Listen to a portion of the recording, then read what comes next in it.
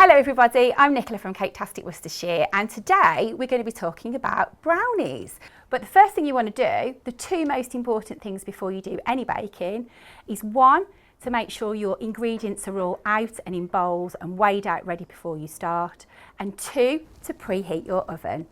So I'm going to go and preheat mine just now.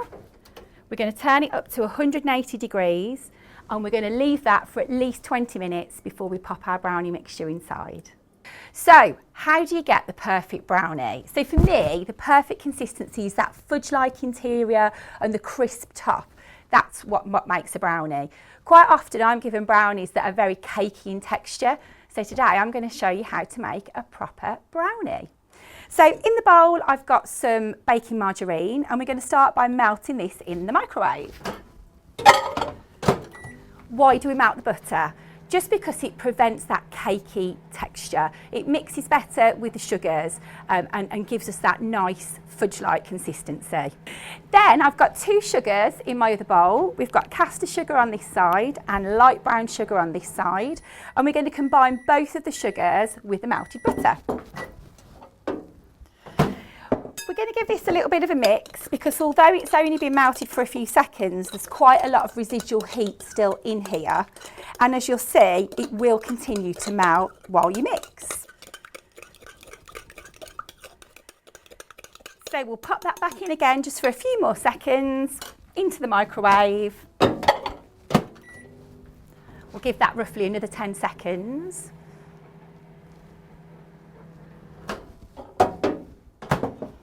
Just to ensure all those bits are melted just nicely.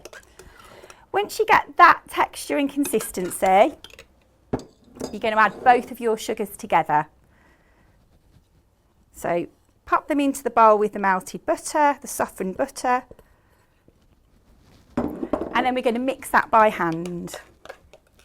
So if you've got any big lumps of sugar in at this stage, just use the back of your spoon just to press them down into the dish and give that a really good mix. Smells lovely and caramelly at this stage. So you'll get quite a thick dropping consistency. Once you get to that stage, it's back in the microwave for a little bit longer this time. What we're looking is to make sure the sugar has completely melted and combined with the butter. You'll see that in a few moments when we take it out and I start to mix it again. You want the mixture to coat the back of the spoon, but you don't want to see any grains. So you're looking for a really smooth consistency.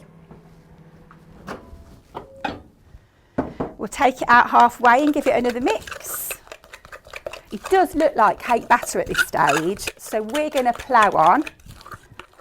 At the moment, you can see it's really quite grainy. So we're going to continue to melt that in the microwave. Right, we'll take this out now. And at this stage, you start to see the butter slightly separating from the sugars. At this point, you need to give it a really big stir. The mixture will be hot, so watch you don't splash yourself and burn yourself. And then the texture starts to change to a more runny consistency. So no cakiness in our brownies, only fudginess. And it's this that makes the difference. So the butter's starting to mix again with the sugars and you get a waterier finish. At this point, you pop it and turn it over and look at the back of the spoon. Can you see any bits of sugar still left in there? Is it still grainy? With a look at mine, it's still a little bit grainy. Still grains of sugar within the buttery mixture. If that's the case, then that goes back into the microwave.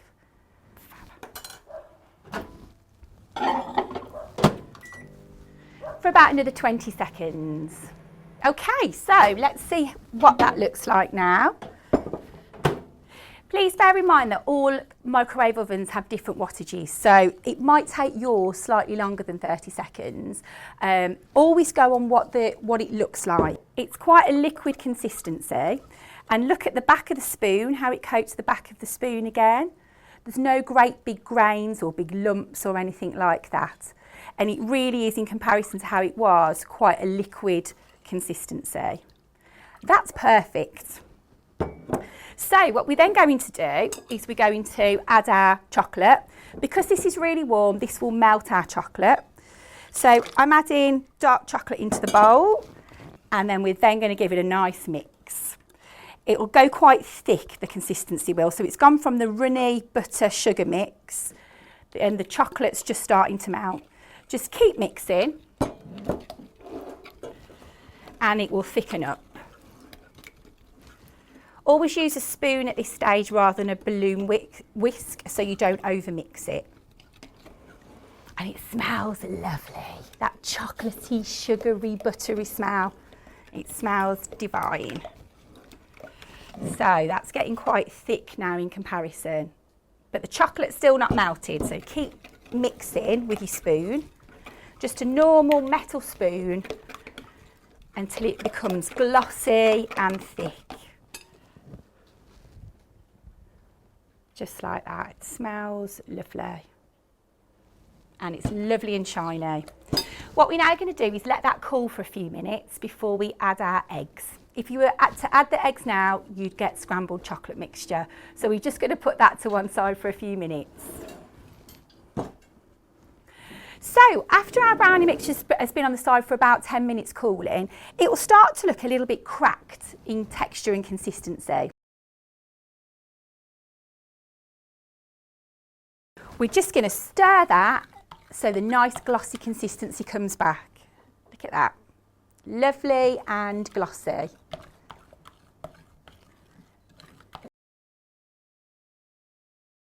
The next step is to add 3 eggs. So just normal medium-sized eggs. That's your first one. Then give it a really good stir until all the egg has disappeared into the mixture.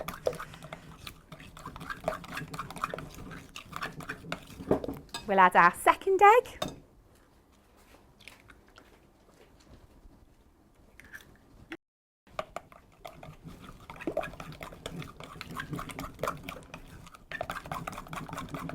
And then we'll get ready to add our third egg. So the final one.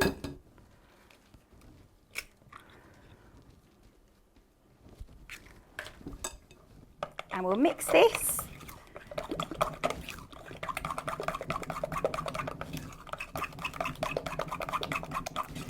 Just until you can't see any more of the egg yolk or white in the bowl.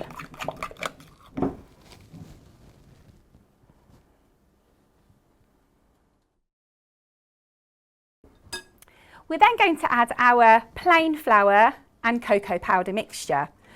You don't need to sieve it, none of that stuff. Life is too short to be sieving things. So we're just going to put them in slowly and steadily. So I'm just shaking them in a little bit at a time, about half so far, and then we're going to fold in. So the difference between folding and mixing is doing it quickly in a circular direction. Folding is a capital D. You need to be drawing that capital D into the bowl. This keeps the air in and gives you a nice light, even consistency.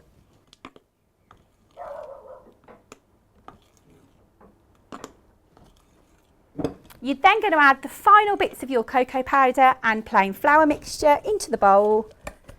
Give it a good tap. You want all of that lovely goodness in there. And you're going to repeat the same folding action. If you get any large lumps, just like this one here, just use the back of your spoon and just crush it on the side of the bowl. And then continue to fold in. Oh, it smells lovely. The mixture is also starting to thicken up now with the addition of the flour and the corn and the cocoa powder, sorry. And it's looking more like that nice chocolatey mixture that we're used to with brownies. So once all this is combined, the next steps are we're going to pop the mixture into the tin and get that straight into the oven. No messing about, no answering text messages or talking on the phone. Get that straight into the oven. When it looks like that, it's ready to go in.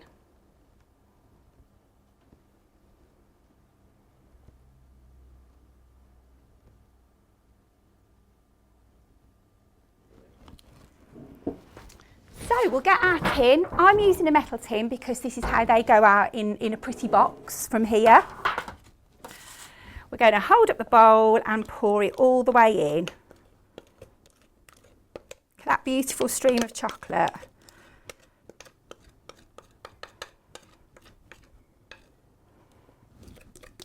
Just get everything out of the bowl. I'm going to grab a quick spatula here because we don't want anything wasted.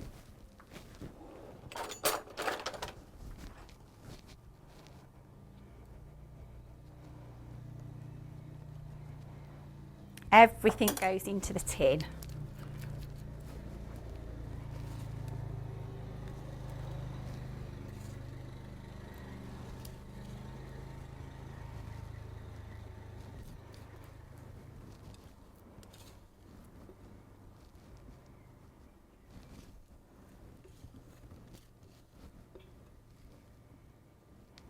There we go.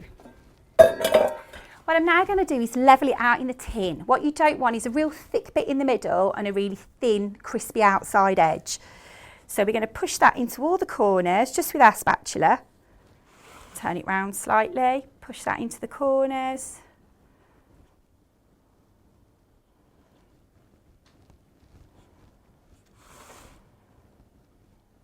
Until you've got a nice even spread. The last thing we're going to do is just add a few lovely chocolate chips because this is going to be a double chocolate chip brownie.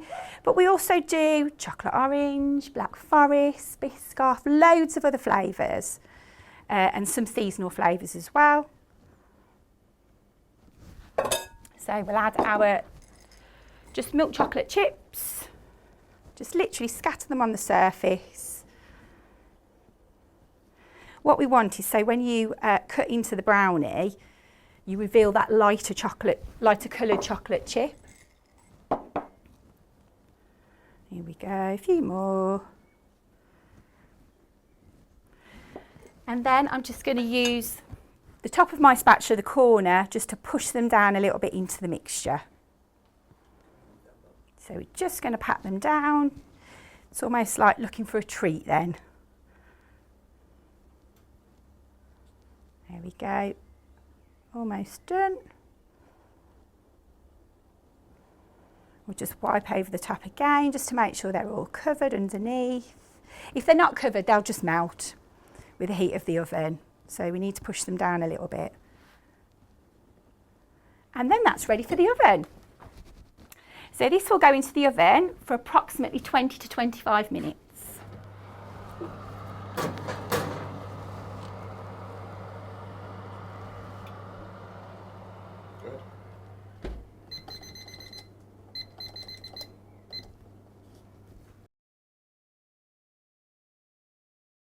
So that's how you make chocolate brownies. Leave them in the oven now. Do not touch them until the timer goes off. So you can make your own using this video, or we can make them here for you. So CakeTastic Worcestershire is based at Cracombe Retail Park in Fudgy, Worcestershire. You can come and collect, or we can put them in the post and deliver them. We can put a lovely special message on so they make the perfect gift. Everything we make here is made using fresh local ingredients by one of these hands. When your timer goes off, it's time to see how they're getting on. It's going to be very hot in here. What are you looking for?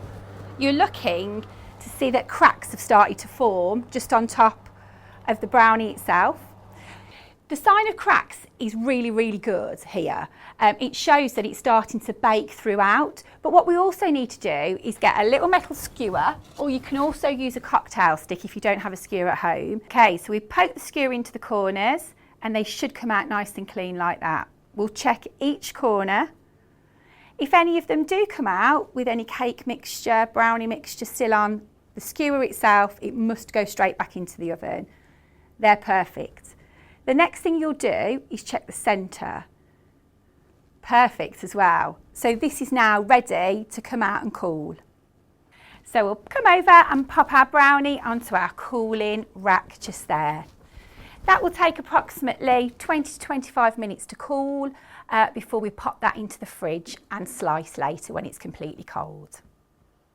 You should just be able to touch the top without your finger sinking straight in there. As you'll notice, these have settled somewhat. That gives that nice fudge-like texture and consistency, so that's all good. What I'm now going to do is just do some decoration. So we've got some white chocolate chips and some milk chocolate chips because we use the dark chocolate in our recipe. And all I'm going to do is just pop them on and make it look pretty. So we're just going to scatter them in. As we mentioned before, these are our double chocolate chip brownies that we make at the studio here in Fladbury.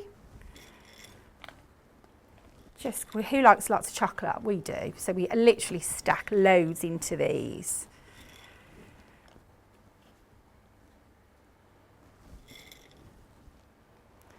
You can put some upside down, some right way up. It really doesn't matter.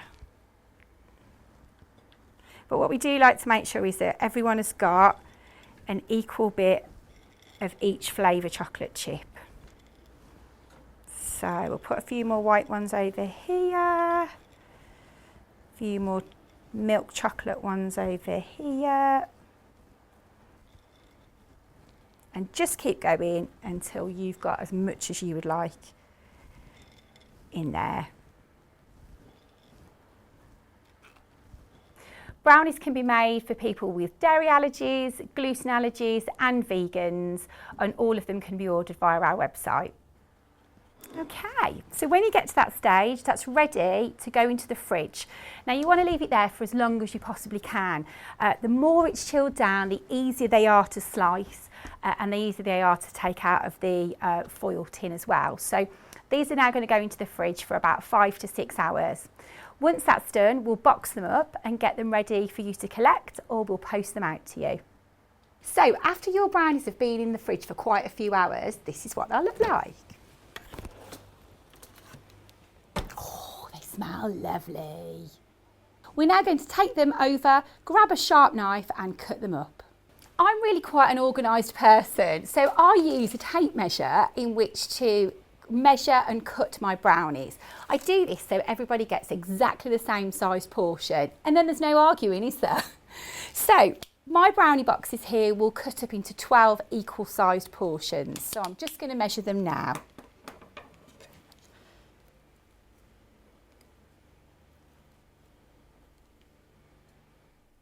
There we go. And then we're then going to make our cuts all the way through. Just light pressure here and they should just cut through nicely. There we go. So we'll go all the way through. I can just feel it, the knife hitting the base of the foil tray. That's why it's so important that you use a really sharp knife. Then once we get all the way to the end,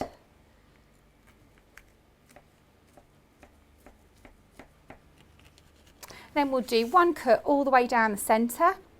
If you're making these at home, these can easily be cut up again to make 24 little slices. If you're just looking for treat sizes, or you don't want the kids to have too much before their tea. But that is it. We will then box those up.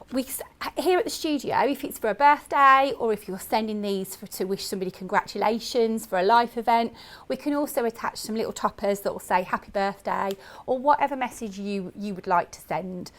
We'd pop that in the centre. But for today, I'm just going to box up this lovely gift. That goes straight into our craft boxes. Everything we use at the studio and that comes out to you is recyclable or compostable, so it's really important, and we use the craft boxes so they can go straight into your recycling bin. Everyone also comes with an allergy label, so whether you're having it for your friends and family at home or whether you're gifting it, people know exactly what allergens are contained within the product. So I'm just going to update that.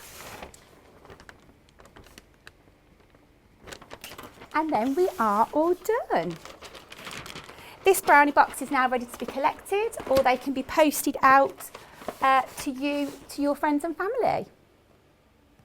So once again, I'm Nicola from CakeTastic Worcestershire. We look forward to receiving your order and getting that out to you very soon. In the meantime, why don't you subscribe to our YouTube channel where you will see more how-to videos, more baking tips, or why don't you come along and join me here for a class at CakeTastic Worcestershire.